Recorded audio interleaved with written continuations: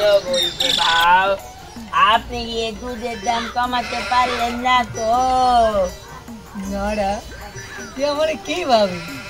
এই স্কুলের মাঠ থেকে গাছগুলো নিয়ে আসবো। পাঁচু ভাইপো, এবারে মনে হয় একটা মায়ের বাইরে পড়বো না, বুঝতে পারছি। নড়দা গুলটে মামা মনে অন্য কিছু ভাবতেছে, তাই না গুলটে মামা? বলতে বাবা আবার ভাবতেছে ওনার কিছু বাবা মানে তো সব কিছু নন্দ বন্ধ হইতে চলিছে। নড়া, শোন নড়া, এখন চায়ের দাম বেড়েছে গরুর দুধের জন্য। তুই আজ থেকে দুধ দিয়ে চা বানানো বন্ধ করে দিন নড়া। কালি পরে চা পাতা গরম জলে ফুটিয়ে দিব। তুই আজ থেকে মুছের দুধ দিয়ে চা বানাবি নড়া।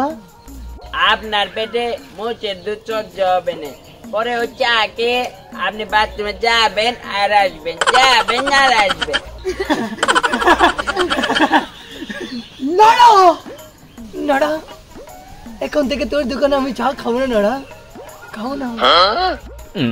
এই আমি বলে গেলাম নড়া। রাখ বাবা, আমার কাটাগুলার পাতা বেঁচে গেল নি, এবার দেখি মানে টাকা করে শোধ করেন দেনি। কি বলছিস নড়া? আমি তো তোর ভালোর জন্য বলছি নড়া। শোন নড়া, চায়ের দাম বাড়ালে তোর দোকানে লোক কম আসবে, আর চায়ের দাম কমালে তোর দোকানে লোক বেশি বেশি আসবে নড়া। তুই একদম মাস্টারিটাই বুঝিস না নড়া। আমার অত সব বুঝি লাভ নাই বলছি বাবু, এখানে শুধু আপনি আছেন যে শুধু দাঁড়ে চা খায়, বাকি সব কলে নগদ পয়সা দিয়ে চা খেয়ে যায়। নড়া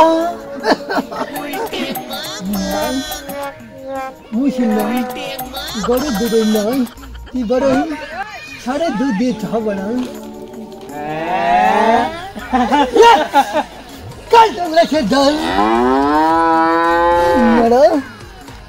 ষাঁড়ের দুধ দেয় গুলটে মামা? আরে হ্যাঁ তো, আরে ওই তো হাতাপাড়া যে কাঁঠালটা আছে না, কেন ষাঁড়গুলো প্রতি মাসে 6 লিটার করে দুধ দেয়।